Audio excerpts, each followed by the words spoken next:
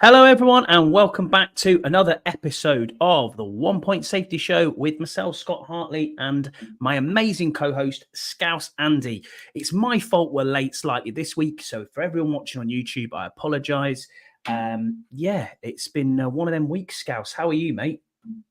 Yeah, I'm all right, mate. A few bits and pieces going on, but everyone's life isn't easy, mate. So. It's just been one of them, mate, where it's just been gone. Okay, today's been one of them days. Hello, Ian. Thank you for being with us. Hello, Brian. Hello, Deluxe. Thank you. What's up to everybody who is watching? Thank you to everyone who's downloading the pod. We are super excited to say that this last episode that we had, even though we all knew there was nothing to talk about, Scouts, was our highest ever downloaded podcast. So thank you everyone who is watching and listening on Spotify, on Apple Podcasts, on Google, wherever you get your podcasts from. Hello, Alid, as well. Thank you for being with us in the chat. Properly appreciate you all being here. We'll start off as we always do, Scouts, with our sponsors. So we are the sponsor of Dunstable Town's FC podcast, which is Talk of the Town podcast. They have a YouTube channel called Talk of the Town. Please go and Google them. They're doing much more than just non-league football. They are looking at other bits and pieces as well with there. But we are in their program this year for the up-and-coming 2024-25 season. Give them a shout and give them a look. Their link is in our description into this pod. So if you want to have a look, go and have a look at that. We're also graciously sponsored by Oddballs. So you can go to Oddballs. It's myoddballs.com. If you have a look at that, you can go on there. And you will be able to buy our merch as of next week, Scouse, I've been told. It's going to be live and direct next week, mate. Yeah, so I'm told next week it'll be on. Absolutely looking forward to them. Our merch being live on there. I am rocking at the moment a lovely 1 Point Safety Show bottle. So if you want to buy one of them, you can go to our website, which is onepointsafetyshow.com. Please go and have a look at that. Check it out. That ball's ace, man. I mean, what's it called? It is unreal. 8 hours of hot. If you want real hot, like tea, coffee, whatever, that'll last you all day. That will, and cold 12 hours. So yeah, man, it's no cheap shit. It's very, very good quality. And you can shout out to Rod. Shout out to Tony Shivers, to Ian, and to a few others, to Darren Hathaway. Speak to any of them on Twitter, and they will be able to tell you the quality of our merchandise is second to none. So, it's cheaper than OnlyFans as well, Alid. Couple of pints a week. Get on. Maybe if OnlyFans want to reach out and sponsor us, we'd maybe look at that. But I don't think they kind of want my and Scouse's content, though, to be fair. But there you go. I mean, to be fair, mate, I think if I had an OnlyFans, I'd be in debt. Do you know what I mean?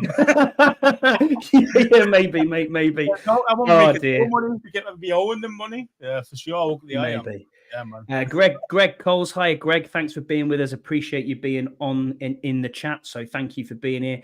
Yam as well. Thank you for being here. You're in with us as always. But yeah, we'll start off with the news, mate. So we'll go back a little bit before we get onto the breaking news. But we'll go back a little bit onto the news. So we've hired another front office hire this week. It's Scott Federer, who was the general manager of the Carolina Panthers. Not sure what your thoughts are on that one, Scouse. It just looks like another front office hire.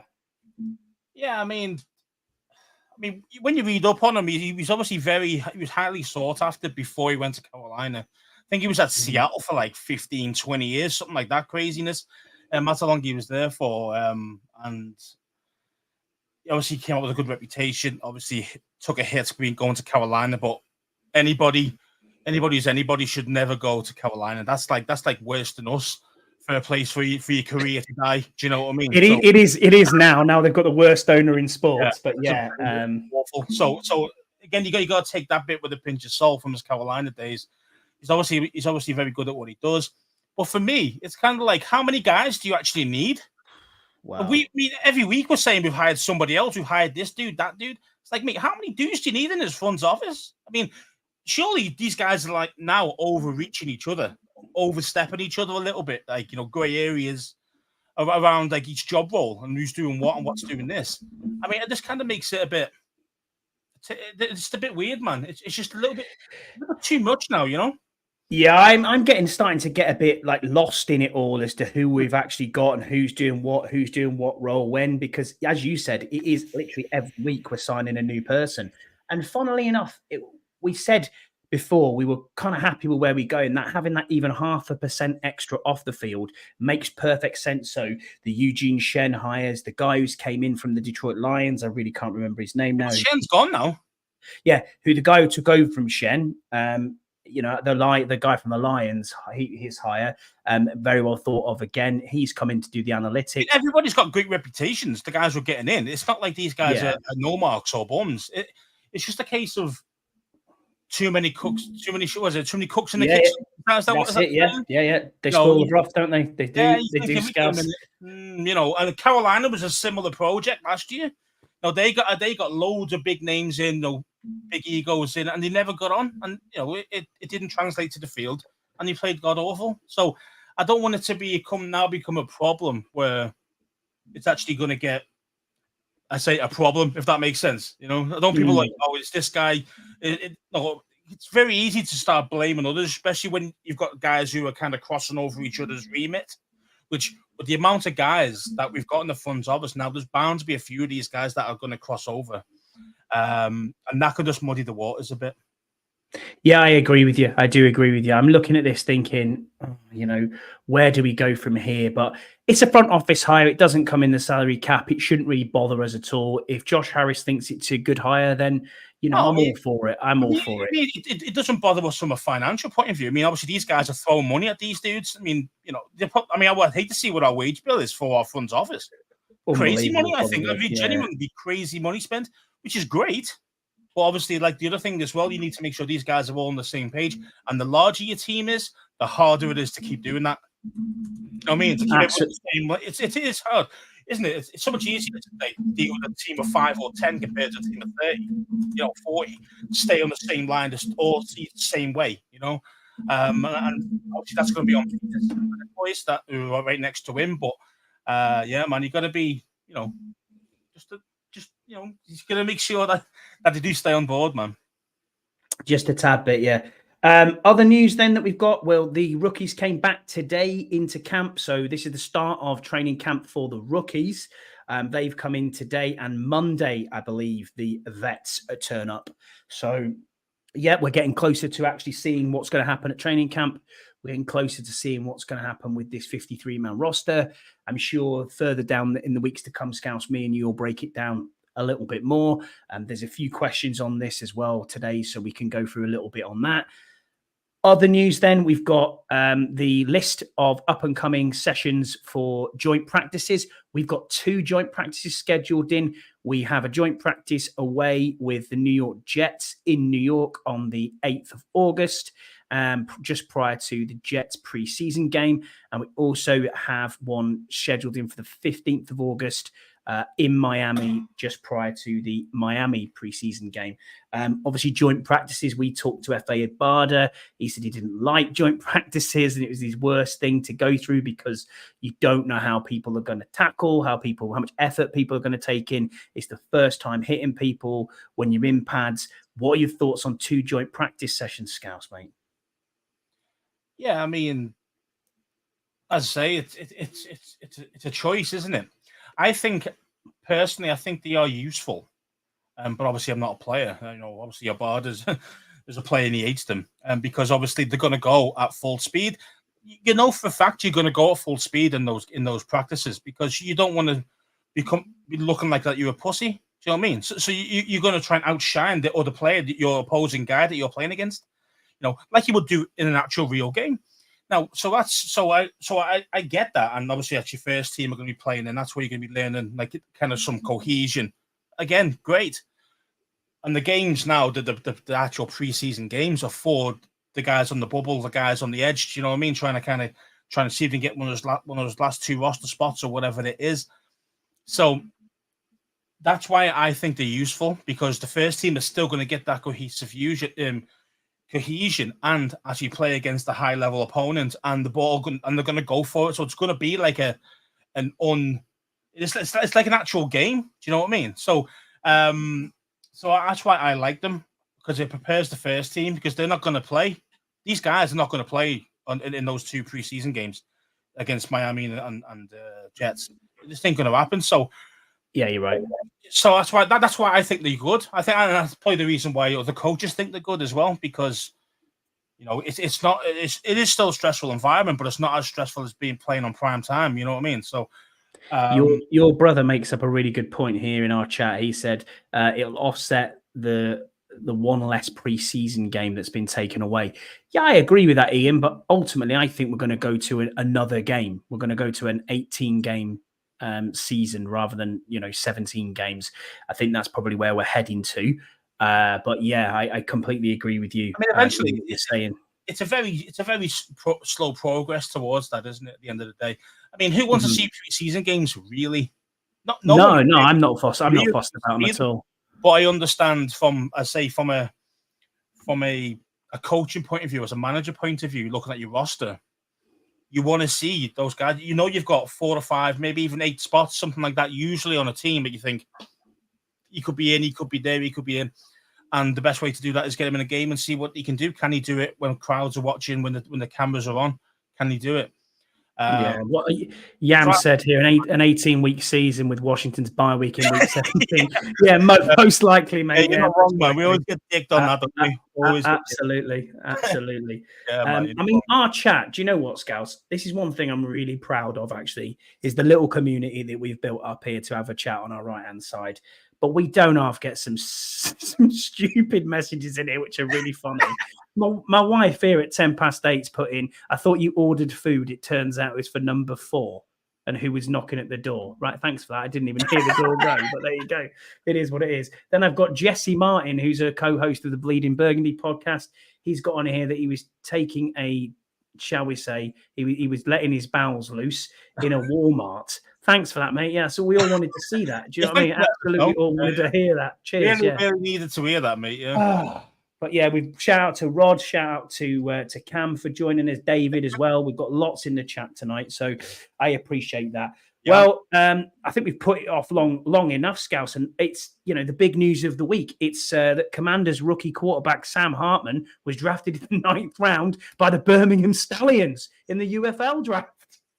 No, seriously, that's not the big news. But yeah, he was drafted in the 9th round. So obviously, if we cut him, he goes or he doesn't accept quarterback 3, they have rights over him for the UFL if he wants to go and play in the UFL. So yeah, well done, Sam Hartman, for getting drafted by them. But obviously, I hope you end up being, QB3 here. To be fair, because I don't think we're going to get away from QB. He's not going to be QB2. I mean, he could push Marcus Mariota, but I don't think he will, so that's fine. He's too good looking to be a football player anyway, to be honest. Yeah, he is.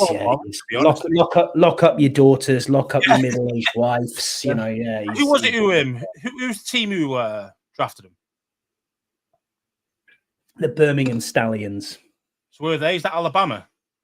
Yes. Yeah. Alabama area, Birmingham, Alabama. So yeah, man. So yeah, so all the Alabama ladies, they lock them all up, bro. Lock them all up. Correct.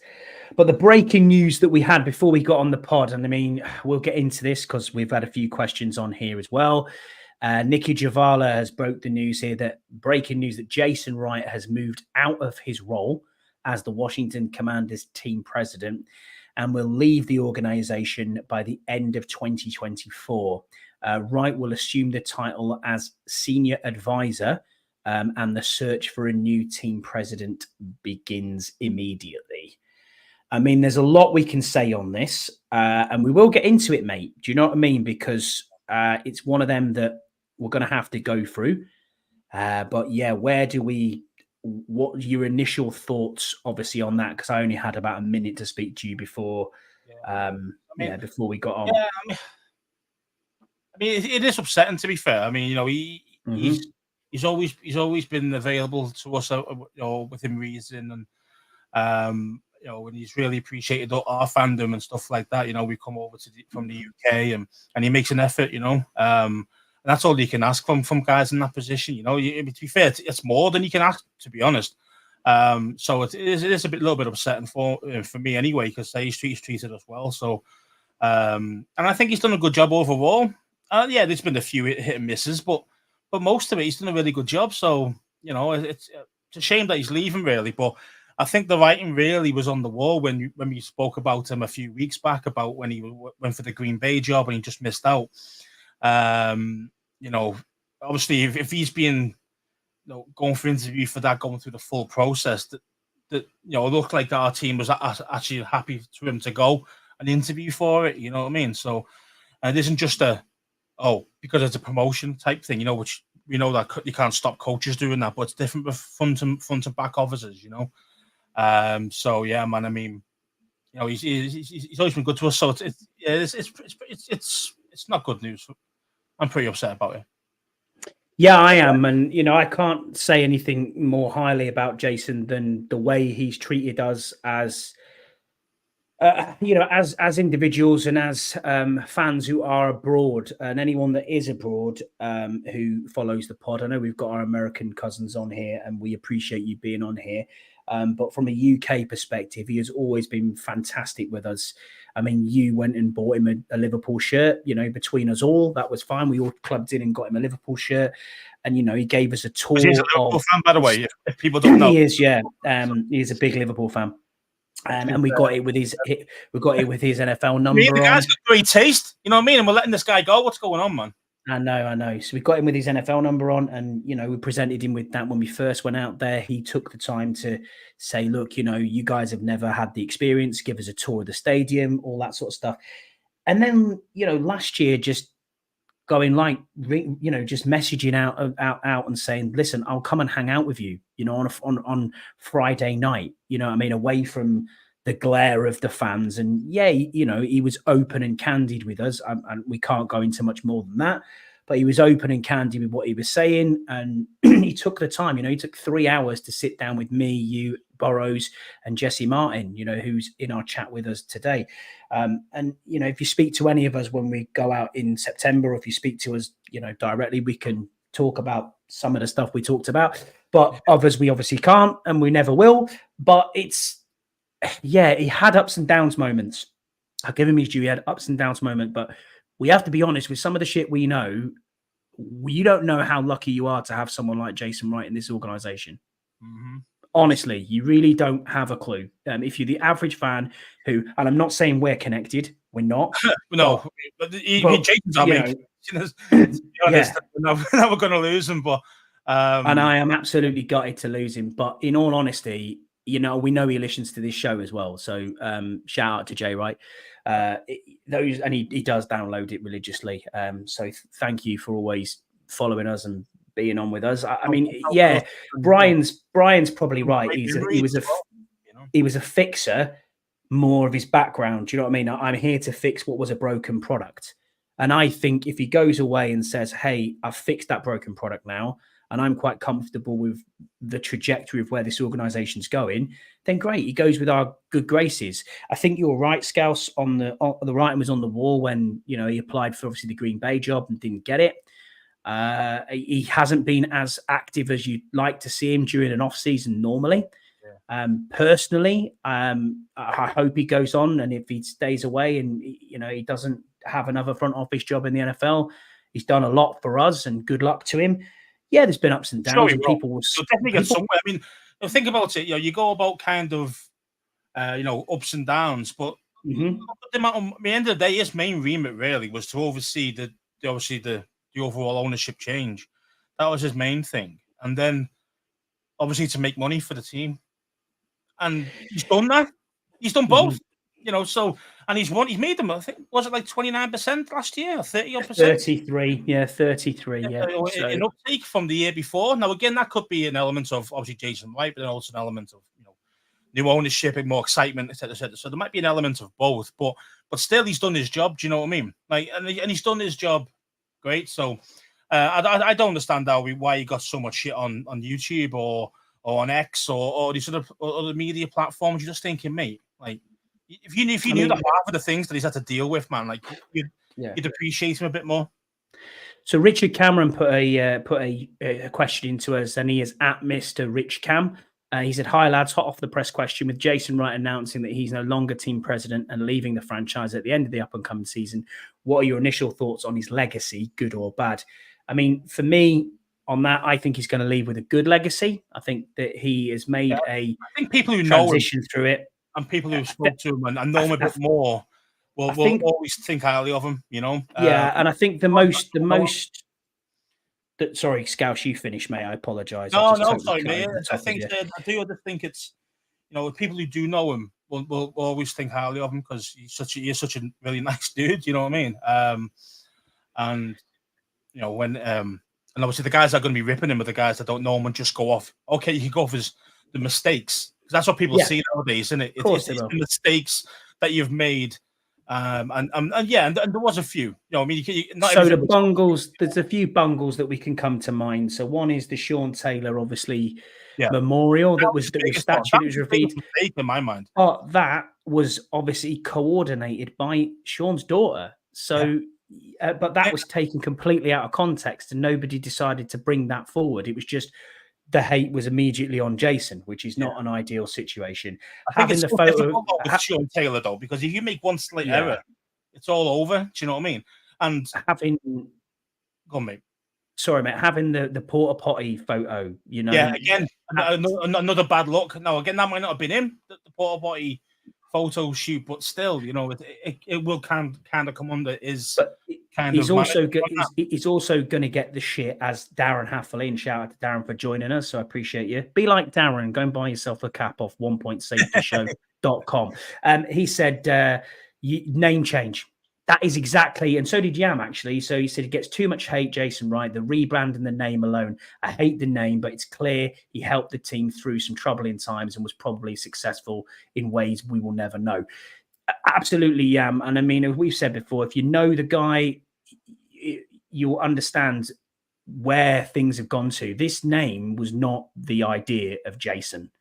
And I'm open, and he will openly say that, and it's out there in the ether, in the internet for everybody to see from interviews. He did not choose this name. This was we don't know if this is a Dan Snyder change, but this was a name that was agreed on. And no matter what you do, you're always going to get shit from this Commander brand. And we spoke about it 2 weeks ago, Scouts, didn't we? What is the overarchingness of this brand? Will it survive for the next 2 years?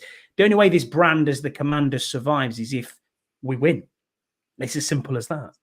Yeah, and the thing is, as well as that, have you seen the Mitch Rails kind of picture saying he hates the name? Mm-hmm. So, as soon as these big owners are hating the name, they're going to change it at some point. They say it's just a matter of time of when, where. And the thing is, for me, I think personally, it's going to be when the new stadium gets built. Whenever that's ready to open to play, to walk into it, that's when the name will have changed. That off season. I think that totally makes sense. But what we don't want to, what we don't want to see is, oh, by the way, we're going to go through this whole process of changing the name, getting every man and his dog involved. It was just too long as well. The rebrand was long. It was very long. Yeah, they did drag it out a bit, didn't they, to be fair? Oh, yeah, on what was it? February something is you're going to get this, you're going to get this part of it. It was just a kind of you kind of annoyed some of the fans saying, why don't you just tell us what, you know what I mean? Yeah, I think some of the guys in the chat are talking about, they are, yeah. They already decided on without the fan input. Now again, there might have been. It may have been. I've been told the case though, or maybe just put it out there as a kind of democratic process of, well, if the fans vote on it, blah blah blah, But it's just like politics, isn't it? And DC is the capital, you know what I mean? It's where all the politics is. You're looking at kind of, you're coming across like a democracy, but really, you know what I mean? At the end of the day, these are private corporations. These run for themselves, really. The ownership. Yeah, they want the fans to be involved because we make the money as well. That's the only reason why they want us kind of involved. But in the big decision making, like a name change or something really massive, they don't really care about our views. Do you know what I mean? End of the day, it's just what it is. Yeah, so mistakes were made, but he did an excellent admirable job while working on under a horrible boss who did Yeah. not provide proper level of support for anyone in his in who he employs. Absolutely, Deluxe. And I mean, we're able to share a story openly, and he said we can use this open story. And it was a story just after the sewerage thing on Jalen Hurts. You know, when the pipe burst on Jalen Hurts. Dan was obviously still in charge at that point. And Jason said, look, it's open in the domain. You can tell this to who you want to tell. So he said, yeah, well, I just thought of it then. And I thought, yeah, I'll tell someone about this. So he went into a meeting with Dan Snyder asking for 6.2 million to overview the pipes within the facility, within the stadium itself, sort all the pipes out, upgrade them, make sure they're fine. Dan turned around and basically said, look, we've already spent out on capital expenditure for the year. We're not going to give you any more money. You just have to fix it and get on with it and then fix and repair as and when. Pay a couple $100 for a few U-bends and sort it out as it is. Luckily, he said to us, he took a call at that point and left the room. And his sister, who was also a board member at the time, said, no, we're doing this. And then basically coughed up the money and wrote the check. So if it wasn't for even, and that's Dan Snyder, that's the boss that you're working with. You know what I mean? It's like, this is how your hands are tied. This is what is going on behind the scenes that people don't see. They don't see that part of it. And I'm not breaking any confidences there. That is open in the public source of information. And what I will do, Scouse, though, is, and hopefully this will share, this is the sort of guy that he is without even, thinking about anything. We had an NFL draft party a few years ago up in Edinburgh, and basically we reached out to the team and said, listen, we're having a draft party, for the UK guys and the Ireland guys. We're all going to get together, watch the draft in a pub, and wondering if you can do anything. People, let's have a laugh, and meet people. And most of the chat, some people who were in here, some people on social media, whatever, they all got on board, and that's how we all became friends, really. Looking at this, he came out and he did as a video without even questioning, without even thinking. Here's a 1 and a bit minute video just to basically say. So thanks. This was what? Probably when was that? 2 years ago? 2020 was it? 2 years ago? Yeah, 2020. I think. It might even be 2021. Yeah, maybe. I think. Can't even remember who we picked. Was it Jamin Davis that year? It was the year Kenny Pickett got picked. That's it. Yeah, it was the pick, yeah, because we had this big guy with Steelers fan with us. Yeah. We had some guy who kind of kept with us, and so I'm hopefully I will share this, and hopefully it'll work, and hopefully it'll listen. But this is the sort of guy he is. So I'm hoping this works now. Good old gremlins of technology. We'll see what happens. So let me just see if this works. I will press play, and we will go. He says, press play, man. I am pressing play. I'm trying to. Nah, it's not going to play. Put the finger on. I'm trying to do it, but yeah, it won't play. Anyway, it is what it is. Nope. It was worth a try. But yeah, basically, for want of a better thing, it wouldn't play. But there you go. It is what it is. So basically, Jason did his video. You try it from your end. Oh no, no, it's just it won't work. No, it's just sharing screens. But there you go. No gaff, you mate, because you got the actual I know video. I'm useless. I am useless, but it is what it is. So it's all right. It don't matter. It don't matter. Cameron says, yeah, Scouts, we've come 2030. We're winning franchise with a couple of Super Bowls. Do you think there'll be a rebrand? Now there's a history for the Commanders to stick around. So things would change. I think it would. Would it change? I think Commanders would stay.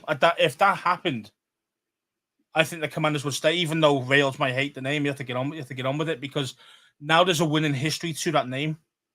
Do you know what I mean? Because we're not going to go back to Redskins, so forget that. And anything else is just going to be another new franchise again. It's going to feel brand new again. Where if you got some winning pedigree with this name, then maybe, I say in 6 years' time, you might go, well, actually, no, the Commanders, that's who we are now. We are the Commanders. We don't want to change it because we're now winning. Winning changes a lot of things, man. It changes the the scope on a does. lot of things, man. Really does. But yeah, we will see. We will see. I mean, but realistically, though, we're going to win Super Bowl twice in 6 years. And all the Washington Commanders there you fans go. in attendance for the first ever UK Washington Commanders draft party. This is Jason Wright, Washington Commanders president. And as we continue into this era of the Commanders, I love stacking all these firsts, and this one is really special. We want the Commanders to be an international brand, and you guys are making it happen. We are just so appreciative of your support, and we know it's not easy to be a diehard fan when you're thousands of miles away, but you are showing the rest of our fan base around the world how it is done. This is how we grow. And on a night when Coach Rivera is preparing to improve our roster, building our future, I look at our fan roster, and I'm so grateful for the passion I see from you all and what it means for our future. Let's have a great draft. You guys have a great draft party, and we hope to see you all at FedEx Field soon. And I hope to get out there to the UK soon as well. On behalf of everyone here at the Washington Commanders, we want to say thank you to every single one of you for attending this historic event and for your support. It's time to take command. Hail to the Commanders. There you go. I hope that worked anyway. Did it work? Yeah, see hey, good stuff. Move that time, mate. Yeah. Very smooth. Look at that. So yeah, no, I mean, and that's what you get. Just out of the blue. Here you go, guys. Put that on the screen.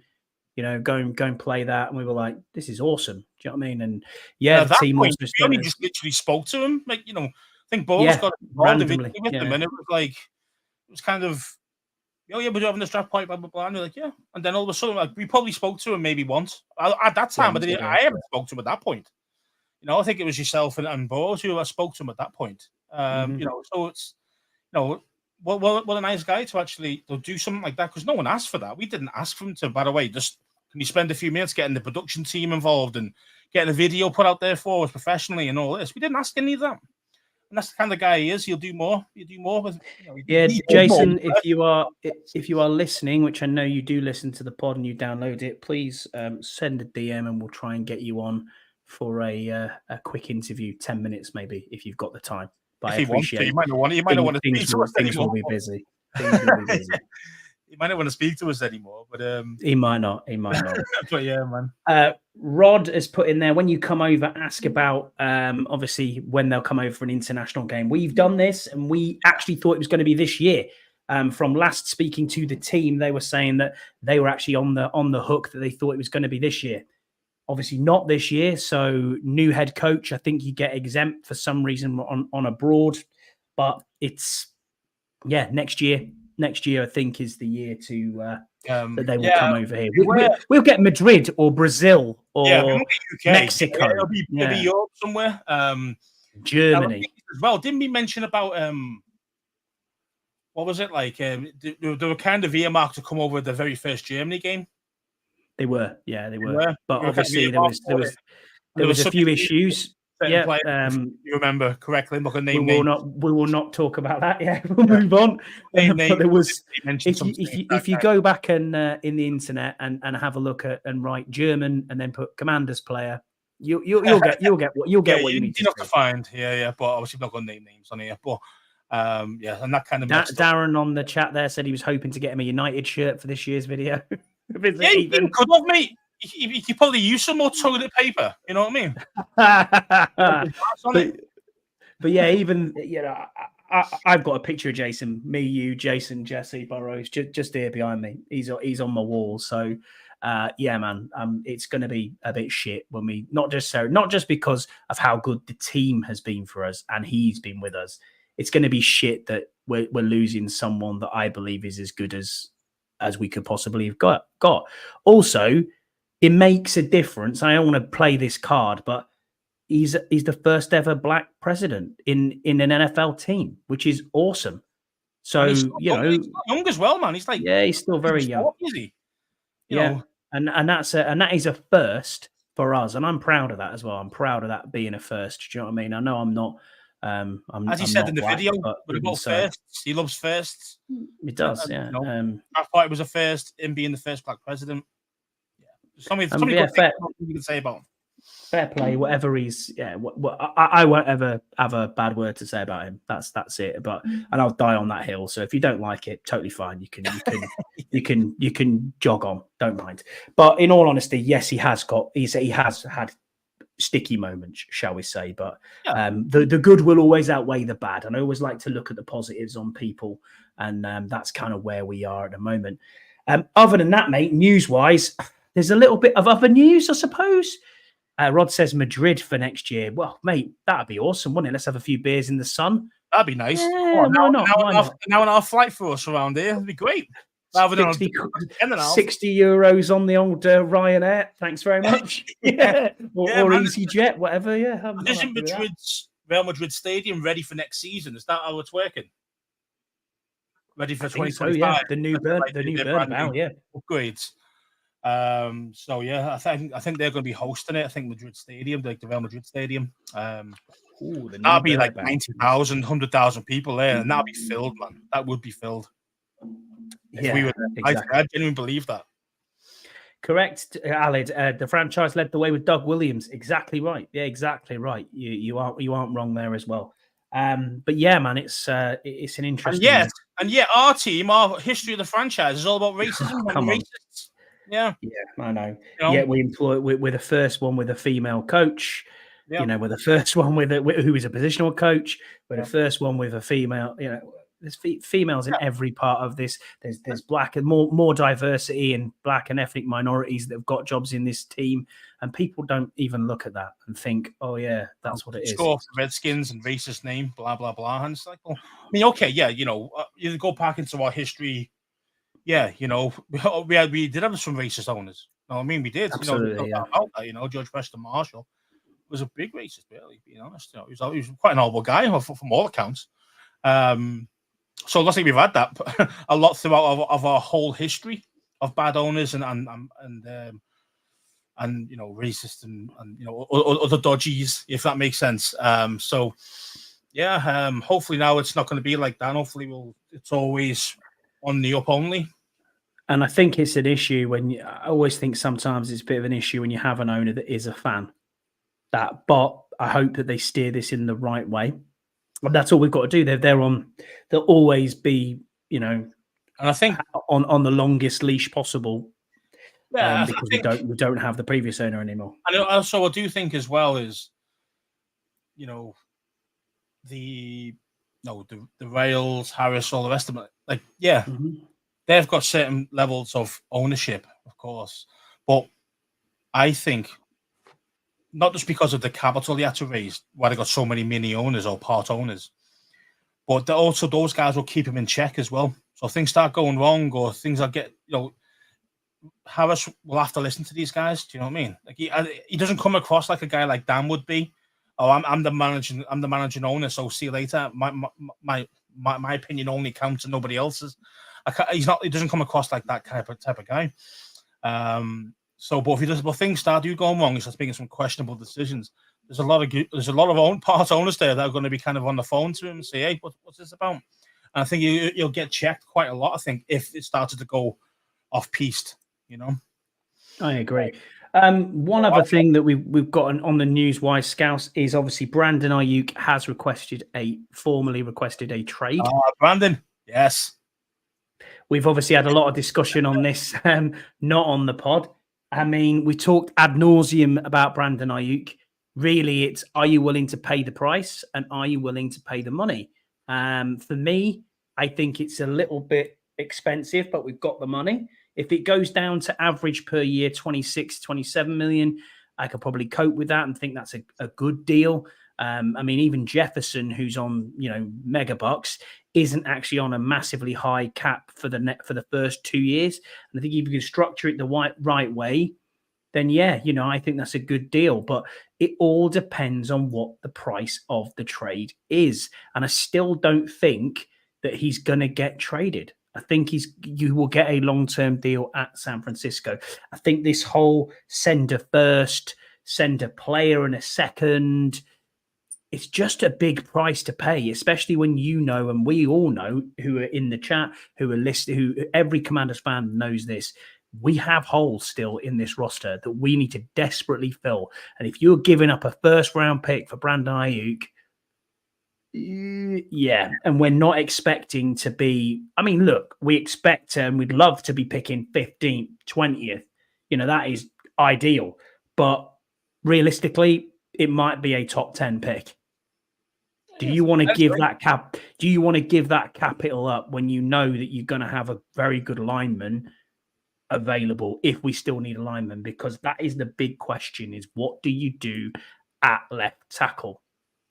It's all right having all these weapons for Jaden Daniels to go to, but if you can't keep him upright, problems. Exactly. And we don't know. And we don't know. That's the big unknown, isn't it?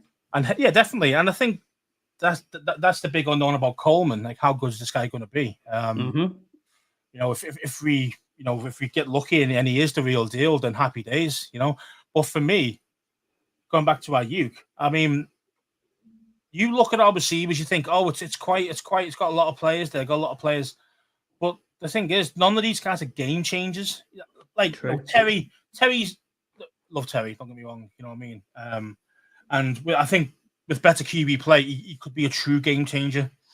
But Jahan, again, you're getting hit and miss with him. First good season, bad second season. What's it going to be like this year? You're kind of hoping that he's going to turn on a good season. And touch wood that he will. But you don't know. I think you don't know what you're getting.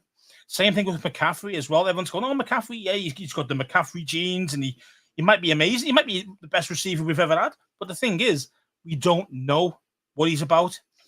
Mm-hmm. What you do know is Ayuk is a top 10 receiver. 100%. Yeah, without doubt. I've seen people put him as high as 7th on the receiver list. I've seen people with him as 5. You know what I mean? Genuinely, yeah. He is a genuine game-changing threat, a deep ball threat that we don't really have.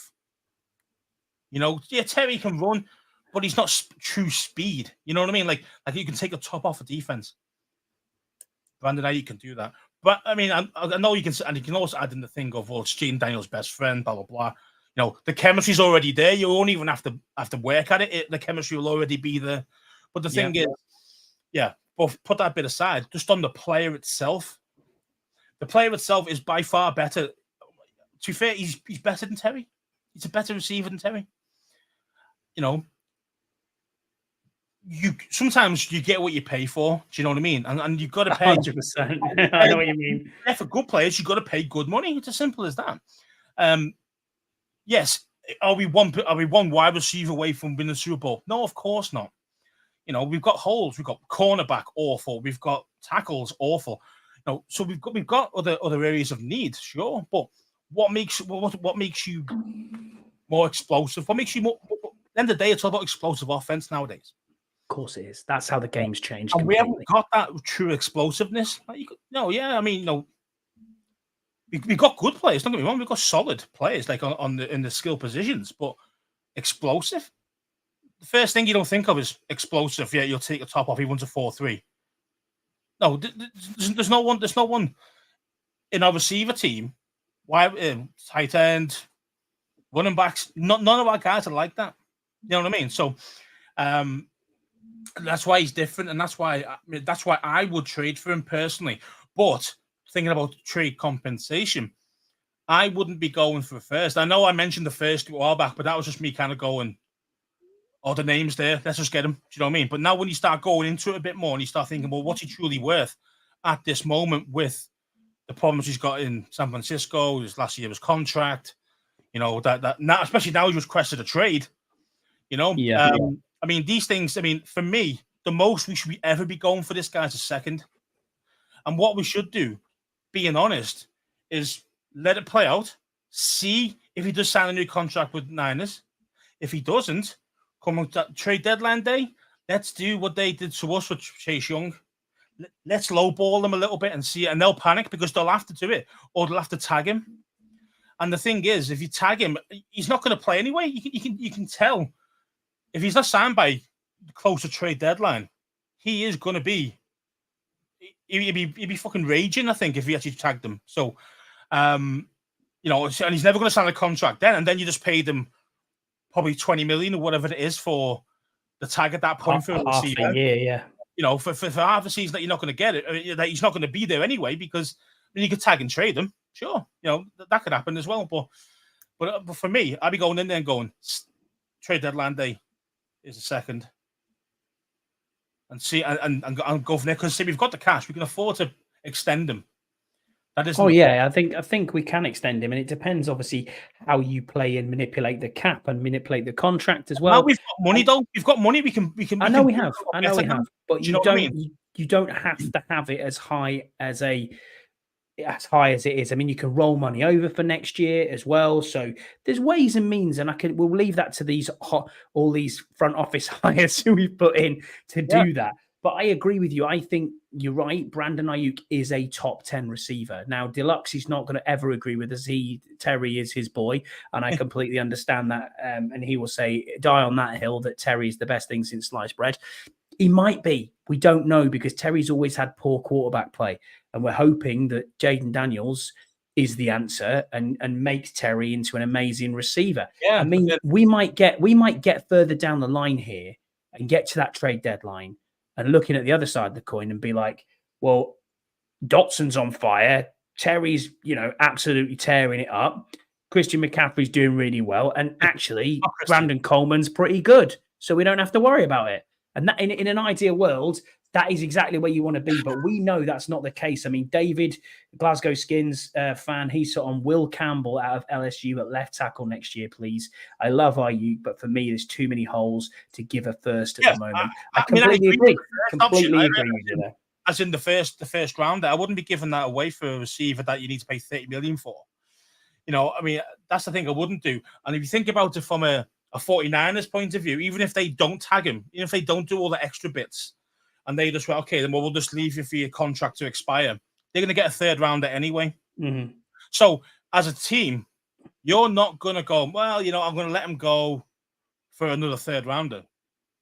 They're going to want a minimum 2nd round level quality of package. But I could see you saying at the trade deadline, and the trade deadline is important. I could see either potentially a player going, like a Jonathan Allen, if Newton is on fire, let's just say, and he's the ultimate successor to John Allen. And I don't want John Allen to leave, but he's got no guaranteed money next year, and his contract is expensive. We are deep at DT. We are deep. Mm-hmm. So does he go with, say, a 3rd and maybe a pick swap of we get their 7th, they get our 6th, something like that to do the deal? Because it happens. This is the NFL. This is how it works. Cameron saying Terry will get 1,300 yards and 10 TDs next season. Bold take. That is a high bold take. But hey, man, I hope he does. Turnstile Wiley at right tackle. Turnstile Wiley, and we have no idea what Cornelius Lucas is turning up and what Brandon Coleman's going to be like. We've got no clue. So yeah, Yam says New England. New England is a popular destination. The Steelers as well for Ayuk. Heard about that too. It's not right. Think about it this way, right? If he had the option, he'd come here, no doubt about that. Isn't he, over everybody else? It just depends on what he's going to give what. That's what it is. New England, yeah, their cap's okay. Our cap's okay. Those type things. So, teams who got the cap space will go out and try and get him. It's as simple as that. And it'll depend on where he wants to be. Would he want to be with his mate, or would he want to be with a better weather? Because let's face it, you're not going to go to New England at the moment. That place is a dumpster fire. Yeah, really, absolutely. Plus, who wants to go to Boston in the winter too? Nah, you're all right. Thanks, mate. Go to Boston. You know what I mean? And I think that's pretty. I think we've got massive leverage. Imagine if I just goes out there and says, "I only want to be traded to one team, Washington. You better make it happen." He might do. He might have already said that. You don't know. You might have said that. You just don't know. I mean, obviously, it's all speculation, sure, but of course it is. But players are divas, man. I mean, okay, you might go, well, do you want a diva? Because he's acting like a diva. So do you want to keep this guy? He might just be acting like a diva because he wants to play with Jaden. Mm-hmm. Now, we don't know if 49ers even offered him a contract and he thought, and it was like worthy of signing, and he went, no. He's saying he's not been offered a contract. We don't know. We don't know. Do we know for sure? So Yeah, at the moment, I wouldn't be ringing up Lynch tomorrow and saying, by the way, yeah, we'll not be this. I won't be doing No. that. The thing is, I'll be going, No. yeah, let's make the Niners sweat a little bit. Let's see what they do. As I say, Correct. if we're going forward as well, like as you mentioned before, the trade deadline. What week's that? It's about week 8, is it? Week 9, something like that. Yeah, normally. week 8, I think it's thereabouts. Yeah. So you've got 6 or 7 games there that you're going to see where we're at. Are we desperate for a receiver who's not producing? Are we actually playing quite well but just missing out, or are we doing better than expected? And the same thing with the Niners. Are they still the same juggernaut they were last year, the year before, or are they worse? Because I think Ayuk would just. I mean, of course, he'll turn up, but it doesn't mean he's going to put on 100%. Yeah, I want to hear. I want to hear this. I want to hear. Hi, is that Adam Peters? Beep. That's what I want to hear. Hang that phone up, Adam Peters. Do not answer to Ayuk's agent. Do not answer to John Lynch. Do not answer to anybody in the 49ers organization. I know you guys love them and you came across from there, especially you, Marty Mayhew, as well. You know what I mean? You came across from there too. Do not answer your phones. Leave them on the side and wait till the trade deadline when everything is going to be easy to get through if you want to do that. If you don't want to do that, I totally understand that decision too, because there is a possibility that this all plays out and we get him next year anyway in the off season. There is a way to that, but it's whether the individual wants to do that. Yeah, I agree. Why not take it? So yeah, here Tom's in the chat. Shout out to Tom. He says, if Ayuk really wanted to play with JD5, why not take a team-friendly deal for the team that's making his dream happen? And he might do that. We don't know. We don't know. Happen. A team-friendly deal. 25 on average, 24 on average, with a a big signing bonus, signing bonus or something like that, and the cap would be something like 12 mil. Yeah, these things doable. Are workable now that we've got good owners who've got money, who are cash rich. Before, we'd always be stuck by the numbers, by the cap. We'd always limited by that. Snyder wouldn't put any cash in anymore. So, especially over the last 5 years. So, it's going to be nice that we got an owner who's got some dollar. I just hope that we do go out and get a star player like that, because we've got loads of good players, but we haven't got star players. We haven't got all pro. We haven't got guys you think, oh mate, that'd be great in anybody's team. You could get in anybody's team. You can do that. You know what I mean? He can be in any team and he'd be starting. Yeah, absolutely agree with you. End of story. So right, so we get on to our fan questions then, because we've got loads of fan questions in this week. So I really appreciate everybody who has put in a fan question. So the first fan question... Mate, just going to catch up with Yam's one here. Sorry, yeah, go ahead, mate. Yeah. Cap space is more for teams that are either a player or two away to make a push, or for teams who are desperate for a spark. We are neither of those. Yeah, but you don't know what we're going to be at week 7 or week 8 in the season, mate. We could need a spark, or we could be the other way. But that's why I say leave it for the trade deadline. Let the guys sweat. Let the Niners sweat, and then come in there with an offer at the end. That's what I'd do. And if they don't accept it, they don't accept it. End of story. And we go on our merry way. But yeah, that's what I would do. Patience for the fan base as well. Patience. Just like we've been talking about patience for a long time on this pod. So yeah, man. I know, and after week 1, we're all going to be kicking off. If we don't win, you know what I mean. So, that's exactly what's going to happen, isn't it? Saying, try to be patient with the kind of roster build, but this guy could make I think he will make a big difference if we got him. So. Right, so our first question, who is a guy who's in our chat at the moment, is David. David in the chat, he's at Glasgow Skins. He said, "I've worked the last few weeks, so forgive me if I have. You've already been asked, but not good enough, mate. Not good enough. Yeah, no, get off work. Come on, listen to the pod. No, we totally understand. Work is work, mate, and you got to do your thing."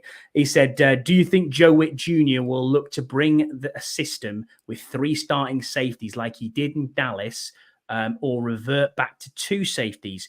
Early days, but and then he's also got a second question on there. So, what do you think of the first question from David there?" I'm going to go off what they said from their first few interviews when they first signed for us. And they said they're going to put the best players in the best position to win. So whoever's playing the best at that point is what the system's going to be. So it might be that our corners are absolutely god-awful. So what we're going to do, we're going to go and play 3 safeties, yeah? Or linebackers are all injured and whatever else, and things like that can change it. But I think personally we'll start off with the 3 safety thing. But again, I do think because we've got a lot of safeties, and I think we've got some good, I think decent depth at safety now that we've got Chain and Hamilton and all these other guys. Not Hamilton. Who's the guy? Who's Hamilton? The other safety? The rookie guy. Yeah, Hamilton. Yeah, Hamilton, whatever his name is. But yeah, so those guys, and so we got a lot of safeties there, So we probably will utilize them a bit more than corners because we are weak. We are weak at corner. That's one of our big holes. So, but yeah, for me, best player is the best position to win, and I think we will be more of a 3 safety team at this moment, unless something changes and we trade for somebody or pick somebody up from corners. Gilmore's out there still, for example. Yeah, that's one that's been asked in the question, but yeah. Oh, really? We'll have a look at that. So another one, he says, early days, but who do you have as your starting offensive line pre-training camp? Okay, so, I'll give you mine. You can go through the same thing. So left tackle, I'm going with Cornelius Lucas, just as the starter initially, which eventually will become Brandon Coleman, but initially Cornelius Lucas. Left guard, Nick Algretti. Center, Tyler Biadasz. Right guard, Sam Cosme, and right tackle is Wiley. That is exactly where I am going. Have you got anything different, Scouse? Yeah, I don't think Lucas is going to start. So for me, it's Coleman. I'm really praying that this guy's good. Coleman at left tackle. Obviously, the usual in the middle there. You got what's his name, Bia Moretti, whoever his name is. Yeah, Bia Moretti. Yeah, Algretti, Nick Algretti. Algretti, Matt Moretti. Yeah, so he's going to be at left guard. You got Biadasz or Badass, as they call him, at center. Badass. Right guard is going to be Cosme, and then you got Turnstile Wiley at right tackle. And I hate that I've got to play him. I hate that I've got to play Turnstile Wiley. So it's Thanks, Darren. Appreciate you being on with us, mate. We are, clutching at straws a little bit of tackle at this moment. I say the unknown of Coleman. He's got the athleticism. He could do it. He's got the size. It's just about can he do it and be consistent. That's the thing with him. And with Stiley, we know what we're getting with him. We know what we're getting with him. It's absolute shite. So it's Dominic Hampton, isn't it? It's Hampton, not Hamilton. Yeah, Hampton. Yeah, Hampton. I know what you mean. I was just trying to think of what his name was. It was racking my brain. I was racking my brain. Yeah. You're right, Yam. God, we're stuck with Riley again. It does suck, man. It really does. There's just nobody else in there. You mentioned yourself, Lucas. Yeah, Lucas is okay, but again, he's a backup for a reason.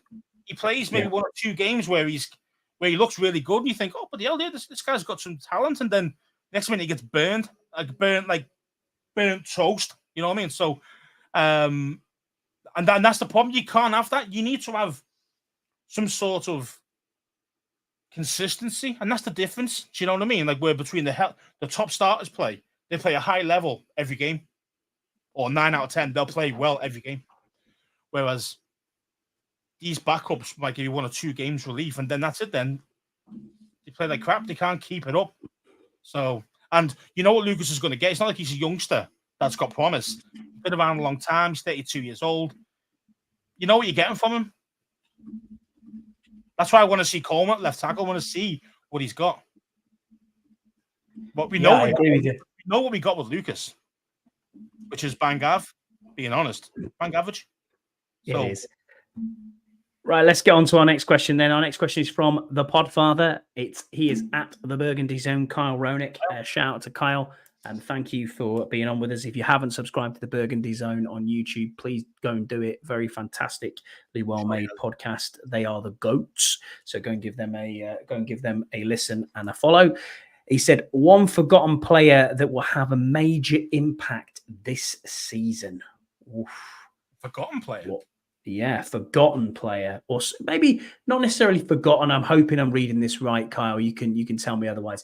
I think he means like understated, someone that's we're not really talking about.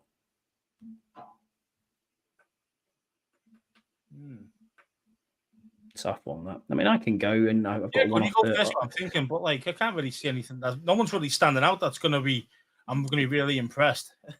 I think my like impressed person that nobody's really talking up or talking out is Quan Martin. I think Quan is going to be unbelievable this season.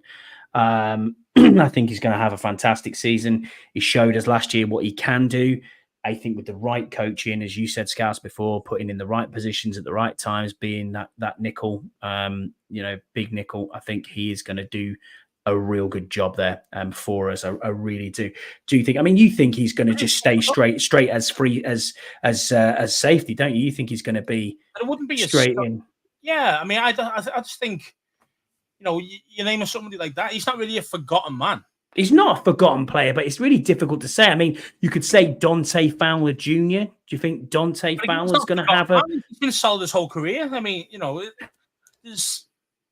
been solid. I mean, not amazing, but solid.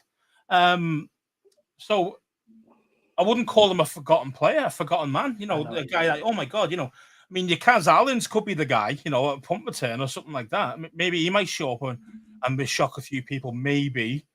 But like, yeah, it's a difficult one, that, because as I say, there's no true forgotten men because we know them all. I mean, yeah, bro makes a good one there. Saint Ghost, Oh yeah, good shout.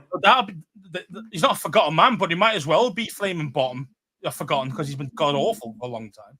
So yeah, I mean, I'd love to see him play a lot better because he's got the length and the size to play against the big receivers. Just needs to be better. But yeah, I mean, I'll be happy with that. Oh yeah, Ian mentions here. Don't forget my question at the top of the chat. Okay, I will go right to the top of the chat, and I will look at it. He said, getting in a question quick before I forget. Training camp is here and no additional kickers for the spot. Are you concerned? I am concerned that we have the guy we haven't got isn't good enough. We don't know that yet, though, do we, Ian? Do you know what I mean? We do not know that is the case. He isn't good. Exactly, he's a camp body kicker. No, that's what he is. I mean, of course he is. Yeah. I mean, would you be concerned if this was the guy starting week 1? Hell yeah, I'd be worried about it. Mm-hmm. Because I've not seen anything from him. He will probably play the preseason game, so we'll see if he's got it there. At least if he hits his 1-pointers and his field goals he gets asked to do, maybe we might feel a little bit less worried about it. But until you see him in games, you don't really know what you got with that guy because you say he's a bit of an unknown. So, yeah, I mean, at the moment, you've got to be concerned, but you just got to trust the coaches and hope that he's going to produce. Kickers will come free as well when the cuts happen. Yeah, you're right. Going to be kickers. He was back up to Blewett, who we had. Remember Chris Blewett? That's right. He is. Yeah, he was back up to Chris Blewett. To the left. Yeah, that guy. Absolutely. Yeah. So you're right. If he's back up to him, that does say it all, to be fair. Yeah. Not a good situation to be in, but we've got to give him hope. Next question then is from Christian Burt. He is. Oh yeah, go ahead. Yeah. That was much as well. I'm on the chat. Yeah, go ahead with the chat. Mentions. So what happens if Wiley has a good year in the new system but new coaches? Well, that might be the forgotten man. That might be the forgotten man, Wiley. He could be the forgotten man. I mean, yeah. Again, I will call it how it is. If he comes along and he produces out of his skin, then he's playing at a really high level. I'll give him his flowers, and I'll be quite happy to equal on that. But what I can see, all I've seen is that he's baked you a massive crow pie. Yeah, yeah. I mean, if coaches can save that dude, these coaches are like God. These guys are like geniuses who got actual, real godlike powers because this guy's awful. How does he drop off that much then from being what was ideally or looked like a pretty good? He wasn't that good. He wasn't good for the Chiefs. He was pretty good. No. I don't think he was that bad. I don't think he was that bad. Just that good. It made him look better than he is. Never got Rod makes a good point as well. He's saying Jamin Davis. But again, I wouldn't say he's forgotten. We just want Jamin Davis to produce. Yeah. And that's Exactly. part of it. I really want Jamin Davis to produce. It's That's hard when you say part of it. forgotten man because you're thinking like what Jamison Crowder? You're thinking Yeah, or Zacchaeus, or you're going Yeah. Dax Again, Milne. the You edge know, guy- where are you going? Yeah. Yeah, how far do you go down the list to say he's But a forgotten man or not? The answer to the question is F.A. Obada, obviously. I mean, come on, Kyle. Comeback player of the year, man. What Comeback are you player of the year. talking about? Calling it. Yeah, exactly. No, next question from Christian, who is at Christian Burr on X. He does some fantastic blogs. UKHTTC. If you Google UKHTTC, you will find his blogs that he goes through with a lot of fan submissions in there as well. Some really excellent writing from Christian. He is also your co-host for the UK pod with Deuce. So shout out to Deuce in Red Zone in the Lab. He does Red Zone in the UK with you, doesn't he, Scouse? So, only like back, Christian, back for week 1. Yeah, I think we're good man. He said there's a couple of quality veteran backfield guys out there still. Think the Commanders might take a look? ? And he's put Simmons / Gilmore. Well, again, I mean, I don't think now that you've got Chin, I don't think you need Simmons. So yeah, at the time, I wanted one of those two, and I got one of them. So I did too. I did too. So again, I'm happy without not having Simmons, but Gilmore is interesting because think about this, right? I was thinking about this before. How many true elite corners are in our division? Elite corners. Yeah, like a top 8, top 10 kind of cornerback. I don't think there's any. Exactly. There isn't any. We are very weak in this division. We are weak at corner. The best corners, you're probably looking at what? Banks from Giants. Banks, yeah, from Giants. That's exactly where I was thinking. Tay Banks, yeah, that's where I was going. You're looking at who? I think Gilmore, even at 34, would be probably 3rd or 4th best corner in our division, even at his age. So he's an upgrade on what we've got, and he's an upgrade on most of the other teams in our division. So the corner is a real issue for us, though, isn't it? That is it. If he's still got it in his legs, I'd definitely take him. Should I tell you the answer? I've now had this rattling through my brain for a long time, and I'm now thinking the Podfather's answer. Mike Davis is the answer to the question. But is he Mike forgotten? Davis? He's new for us. He's new. He's new for us, but he's forgotten because people don't speak about him. And as Deluxe said, forgotten could also mean gave up on by the fans or fans aren't talking about. I think Mike Davis is going to have a great season. I think he is cornerback 1, in my opinion. I really think he will. He will start as there as well. It's still slim pickings though. A corner. Oh, it is. You're right. You're right. I say across the division. So I mean, you could talk about Watt Dallas, Devon Bland, Trayvon Diggs. Again, these guys get burned all day. Yeah, okay. The guys who do disrupt things and you do get picks and whatever, but they do get burned a lot as well. So. Yep. Next question then is from Mike, Canada Mike. Canada Mike's always on with a shout out to Canada Mike. Be like Canada Mike. He's so positive. I wish I had his positivity towards the team. He said, with 12 wins becoming more and more likely this season, with the way things are falling into place, which do you think will come first? A brand new stadium or a Super Bowl win? Wow. That's easy enough for me, being honest. It's a stadium. Yeah, exactly. Stadium. Negative Nelly on here. Yeah, it's a new stadium. It's a new stadium, Mike. Yeah, I think new stadium in about 4 years, I reckon. 5, 4 or 5, yeah. As in built, done, ready to walk into, about 5 years. Were we going to get a Super Bowl in that time? Bloody hope so, but at this moment, from what I can't see it, but I doubt it too.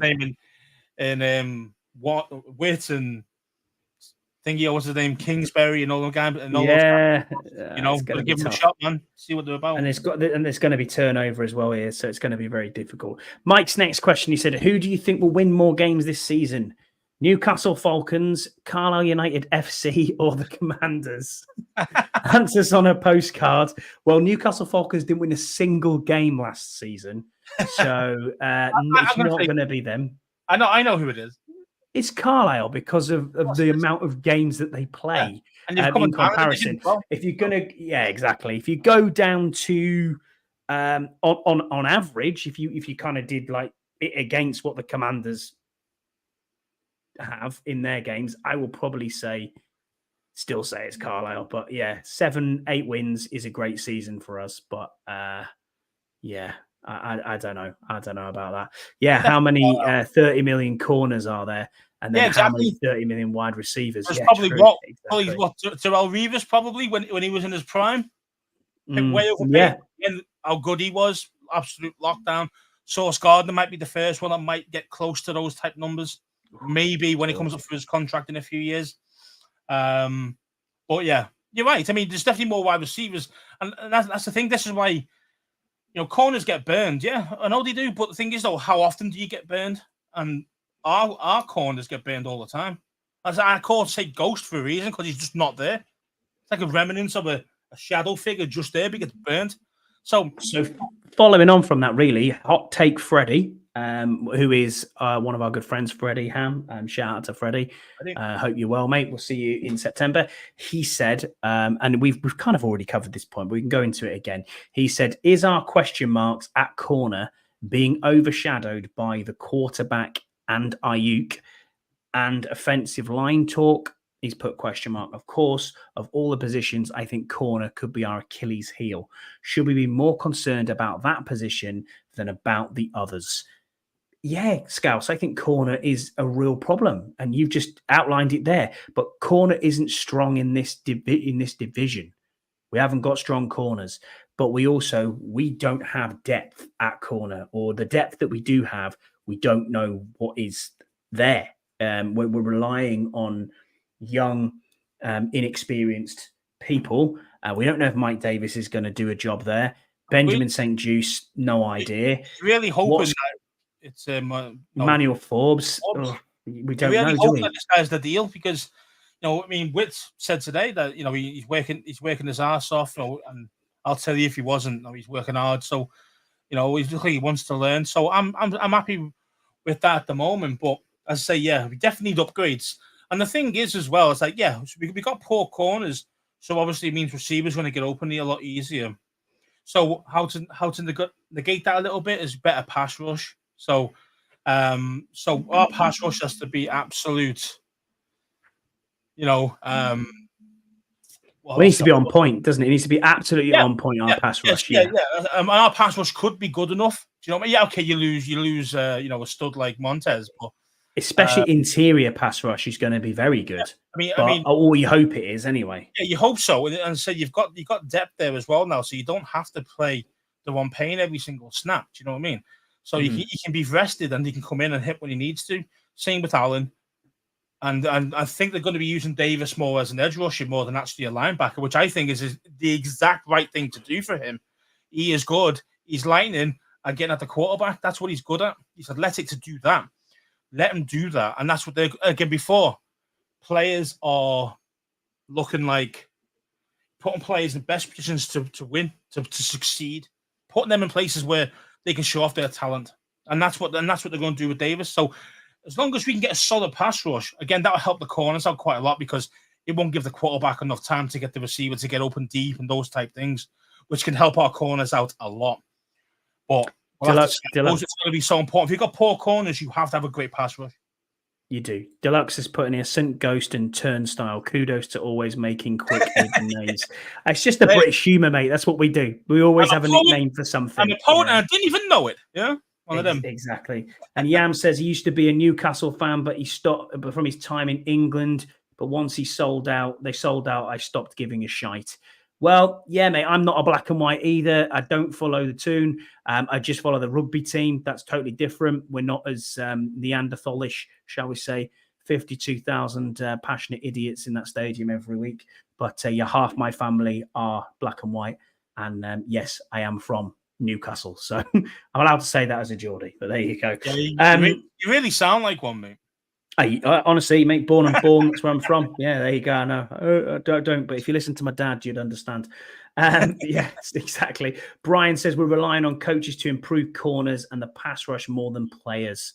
Yeah, I agree. I agree completely with you. We are relying on the coaching to improve the corners. Scheme will be important, 100%. And we just hope that we've got.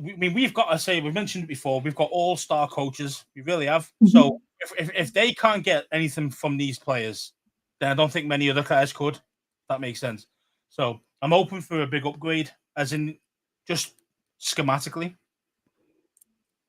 Yeah, Chris Scott has reached out to us on X. He said, although I love the sport and the Commanders in particular, one of the issues I have is that we spend 17 weeks playing the sport and 35 weeks talking about it, whereas most sports spend 35 weeks playing it and 17 weeks talking about it. Bit of poetic license, but you get my drift. Absolutely, Chris. Yeah, he is at Christopher1268. And give Scouse some love, by the way, all of you. It's not just my content, it's both our content, but we appreciate you being on and coming on and give. I'm glad somebody called it out. I'm glad you called it out, Harley. Yeah, mate. Yeah, I'm not gonna sit there and let you do that.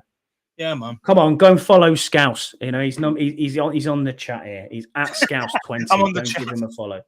Yeah, give him. He's always on our chat. Yeah, no, but no, I agree with you completely. It's one of them games where you just want football every week. I think everyone just wants football every single week, and it's like, come on, guys, let's just play. But obviously, these athletes, they can't sustain that. You know what I mean? And the way that the game is. I mean, my wife is watching. I don't know if you've seen Receiver yet. Have you watched any of it on Netflix yet? Oh, whoa, great show! I really enjoyed it, but the fact that Amon-Ra St. Brown had every single name of every receiver taken before him, and he reads it before every game just to reset himself and say, I am better than every single one of you that is put on there. I'm like, yeah, dude, and you've been paid more than mentally tuned in, man. Just mentally tuned in. But you know what pissed me off is I'm reading that and it says Dyami Brown. I was like, we could have had Amon-Ra St. Brown. Could have had Amon-Ra St. Brown. Absolutely, mate. Could have, yeah. And we took Dyami Brown before him. Ouch. That's painful. Ooh, yeah, painful. It isn't good, is it? But no, it's a very, very good series. But if you watch that and and the reason I brought that up was my wife's also watching quarterback. And she's gone from receiver to quarterback and thought, I'll give this a watch. It's quite good on Netflix show. When you see some of them hits that Kirk Cousins and the like were taking, my God, this sport is ridiculous. And I mean, I love rugby and I love big hits, and Alid will know the same being Welsh. The reason why we like it. He gets it. That's why we like it. We like the violence. We like watching it. But that is a predominant week in, week out sport. But you cannot sustain that in the NFL. It's just too high to do that. And that's the thing. He said, yeah, because people say, oh, well, you know, they've got pads on. You should be able to take the hit better.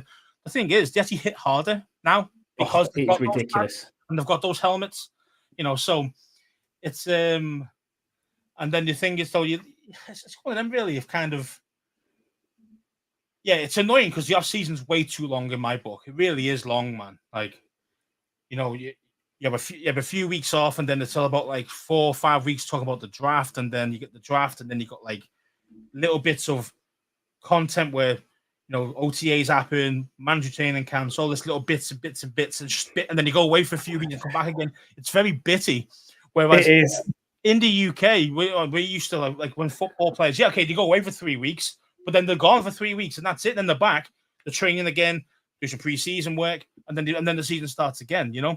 And in the meantime, you've got transfer rumors, you've got players signing, you've got season tickets, you've got fixture release, all of that stuff's going on. Hard. I mean, the season's long for, especially the top guys. If you don't get injured, you know, if you do play a full season, you know, you're playing 60, 70 games. You know, what was it? Van Dijk played the other day, 72 games or something. He's played. Yeah, and he's 32. So he's starting to get on a bit now as well. And you can't expect these guys to play at the highest level every single time. But in football, you can get away with it a little bit. But again, it's still a lot more games because it's not as physical nowadays. You know, where NFL is just literally take your head off anytime they can.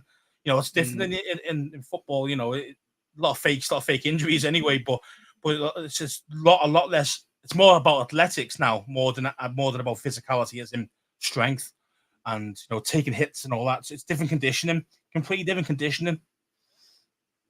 So Brian says, and it's longer if you aren't making the off season. It's a whole lot longer. Yeah, you're not wrong. Yeah, you're not wrong, mate. But we're not doing that this season, so it's all good. Yeah, we're gonna have meaningful football in January. It's gonna be happy days. And then David said receiver is top. Amon-Ra comes across really well. Love that he speaks German as well. Talented kid. Yeah, he also speaks French, mate, as well, which is weird. So yeah, multi-talented kid. His mum's German. So you get introduced to that when you watch it. So he said he texts his mum in German. He speaks to her all the time in German. So you're watching conversations and he's literally going from English, or not English, it's American English, but he's going from English to German immediately, which is sorry for our American cousins there, but I had to get it in. Do you know what I mean? I had to I get can't it in. believe It's you one talk of them. American. No, I Yeah, don't. talking America, yeah, land of the free. You know what I mean? It's one of them. And by the way, Scouts, did you see by any chance that horrendous rendition of the national anthem? Oh, you didn't see that, did you? No, didn't see it. Oh, mate, I'll we need share to it with find you. out. Wow, yeah, just wow. Anyway, some poor country singer. Our next question then is from Alid. He is at Wales Commanders. Please go and give him a follow. You can see him. He's got the lovely Welsh dragon in the background, the Wales flag with his Commanders logo on. He said, "I'd like to see what the new regime can do with players like McLaurin, Dotson before we take a gamble on trying to acquire more weapons, regardless if he's the QB's mate. What do you think, lads?" I think we've probably covered that one. To be fair, Scouts, but yeah, reiterate things, but it's just kind of. Yeah, with I said before, the all-star coaching staff, if everything's on the right page, everyone's looking the same way, everyone's got the same one vision, that will translate well for the players on the field. And then they will also, you would expect them to improve on previous year's numbers and form and all the rest of it. You expect that. Well, I would expect it anyway. There's no reason why these players who are playing for us now can't produce. These guys are NFL players, even guys that we've forgotten about, Riley Wiley. But with the right coach and the right scheme, maybe we could be okay. But we've definitely got a lot of holes still. But it would be nice to see if Terry could get like a really big breakout season just to go bang, But we'll have to see how that goes. Hope so. Next question is from Yam, who's also in our chat. He said, as some folks with knowledge of physical therapy, what do you want to see more in the coaches and schemes to help minimize injuries, at least at key positions, if not across the board? I'll let you take this one, Scouts. I think let me try and correlate this properly. First of all, players have to be able to take a hit and take it in a way that doesn't cause major damage every time. We mentioned before about players being, when they hit, they play soft. So when they get hit, they don't actually get hurt. Yeah. So that's a part of conditioning. It isn't about being rigid, solid, and being hit all the time, and you're like this all the time. Because when you're tensed up so much, you will eventually start hit. Your muscles are already on full-on contraction, and you get an external force hitting you, 20 mile an hour, or whatever it is. You are going to get hurt eventually with that. Muscles will get pulled off bones, stuff like that. Yeah. So the idea is, for me, is kind of like you have to make it sports specific kind of rehab, and not just rehab, but just overall general strength and conditioning. That's the key. All these guys look like Greek gods. You know what I mean? They're ridiculously muscular, half these guys. Really athletic dudes. But the difference is why players sometimes, it's luck of the draw. Sometimes you just twist an ankle and you're injured. But most of the time, it's due to poor conditioning, as in taking hits or how they land. So making it into a, what's the word I'm looking for? Trying to make it a bit more sports specific with the conditioning. So in pre-season, I don't mean just matches. I'm talking in training. Actually hit. Get your body conditioned. I don't think you're allowed to do that, though, are you? I don't mean 100% full blast, hit you as hard as they can. I'm talking 20% hit. You know what I mean?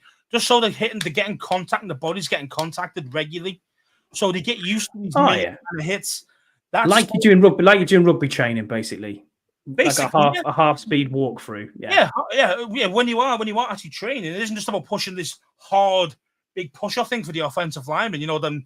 Those machines that you see him push off, and no, that doesn't mimic anything. Do you know what I mean? So for me, it's kind of like sports specific. For example, as well, knowing how to land. Oh, Ian's on the same boat as me here. I was just going to talk about judo. Yeah. Learning how to land. A lot of professional wrestlers go down the judo route early on. They learn how to land because they're jumping from high barriers down onto floors, onto all the rest of it. No one learning how to land. Receivers should be doing that. All receivers, wide receivers, tight ends, anyone who catches a ball should be doing that because you're going to have to go up top and get it, and you're going to come down. And how are you going to do it? You can land awkwardly because you don't know how to land properly, injured. See what I mean? So for me, it's like, yeah, so Ian's right there. Some martial arts, but more about the judo kind of thing, more the how to land, how to protect yourself when you're coming to the floor, coming to the ground. Especially, you've seen these pitches, these they play on, it's rock solid. We've talked about that, haven't we? About trying to get the turf fixed. It's the Bermuda, all the rest of it. Bermuda grass that they play on at the moment. I just think like it's got to be real sports specific for me. That's the way to you've got to mimic it. And I'm sure the athletic trainers and the physical therapists that Washington have got do those type things. You can only do prevention as best as you can, as best as knowledge is. You know what I mean? And every person's different, so you shouldn't all be doing the same thing at the same time. You know, different positions, skill sets should be doing this and that. See what I mean? So like receivers should be doing judo type stuff, landing, learning being thrown. See what I mean? Stuff like that, you know. And then bigger guys doing more kind of like heavy lifting, squat, but full range of movement, through the full range of your whole body movement. So if you're strong through everything, then you're more well equipped to be more powerful, more explosive, but also be able to take hits better where you don't get hurt. So that's the way you should go about it. Yeah, I agree with you. I agree with you completely. Learning judo from an early age. I did judo when I was a kid. And you remember how to fall. It's about how to fall. That's like lesson 2, how to fall. You know what I mean? How to fall properly. And then you learn that in rugby. When you move into rugby, if you were going to use it there, it's how you tackle and how you fall. And I've said this time and time again.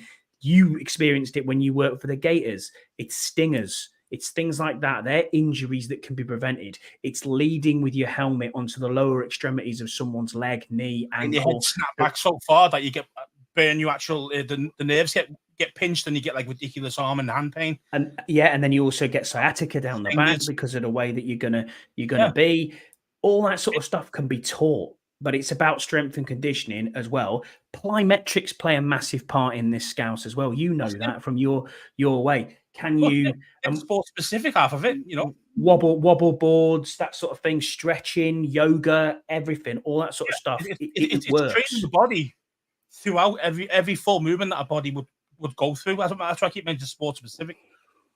Watch a game. What does this player and normally end up doing in the game? So. Receiver would be going jumping for the ball. Okay, how's he going to land? Pushing off, things like that. So it's still a little nuanced things, and it should be really into the detail. And I think a lot of the athletic trainers now are a lot better at that. I think sometimes it's just unfortunate. Like sometimes, like for example, FA, his own mate landed on his leg. No, he wasn't expecting it, and broken leg. Those things happen. Those things you can't rehab for or you can't prevent. It's just an unfortunate part of the game. But in general, you've done it. You've done it before, haven't you? You've tackled on the wrong place before. I've tackled with the wrong shoulder 1 or 2 or 3 or 4 times. But when you do it, you certainly know about it, and you try not to do it again, don't you? Why aren't they learning this?